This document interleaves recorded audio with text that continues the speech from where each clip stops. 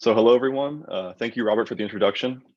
And as a continuation from the previous slides, I'll now discuss more about the progress of this eventual replacement for the current Site Log Manager, which we refer to as the Site Log Manager 2.0 or SLM 2.0 for short. And as Robert previously mentioned, the current SLM is outdated as it functions on a series of patches since its initial development. With this in mind, the initial planning for SLM 2.0 began June 2021, with the first priority being to replicate the behavior and core functions of the current system. This goal provides us with a strong foundation for future updates and improvements for the process of managing IGS station metadata. The biggest change is related to the programming language that is used to build the functionalities of this tool, such that the SLM 2.0 utilizes a Python-based framework as opposed to PHP. We've ensured that this new framework meets all of the compatibility requirements, particularly with the same MySQL database engine. And as mentioned, this project does not aim to change the existing core functionality pathways, as it is being structured with an emphasis on usability and efficiency, such that those who are familiar with the current SLM will be able to have a smooth transition towards using this updated tool in the future. So I'll now discuss a little more in detail about the implementation of this application. So following the early planning stages, initial development began early August, and the first SLM 2.0 prototype will be ready by early September, with plans to continue its progress and testing throughout the remainder of the year before its beta deployment. And so the current phase of development can be referred to as phase one, as shown on the slide, such that the completion of this phase involves the successful implementation of these core functionalities and resulting with this beta deployment. The next phases, as shown, describe the subsequent priorities with the project, which ultimately lead up towards providing the capabilities for synchronization across multiple site log management systems. A key component of these later phases involves compatibility with a more standardized encoding language for this type of data.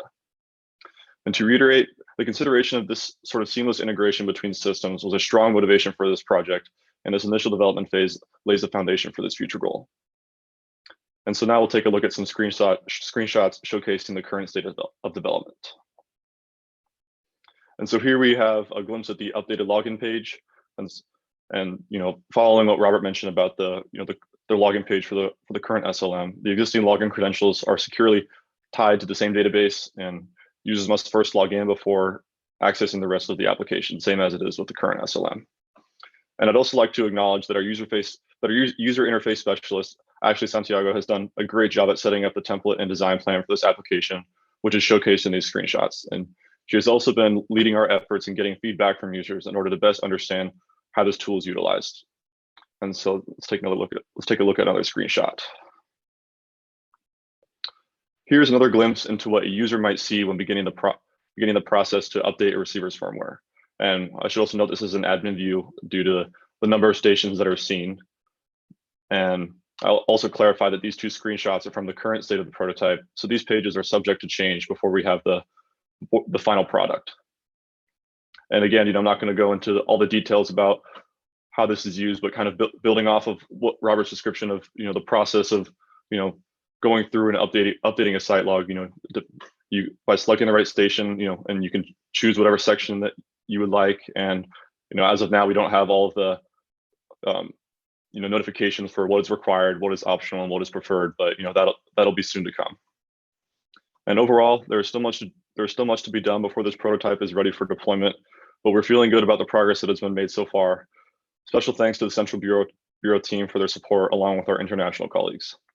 That is all I have for you today, so thank you all for listening.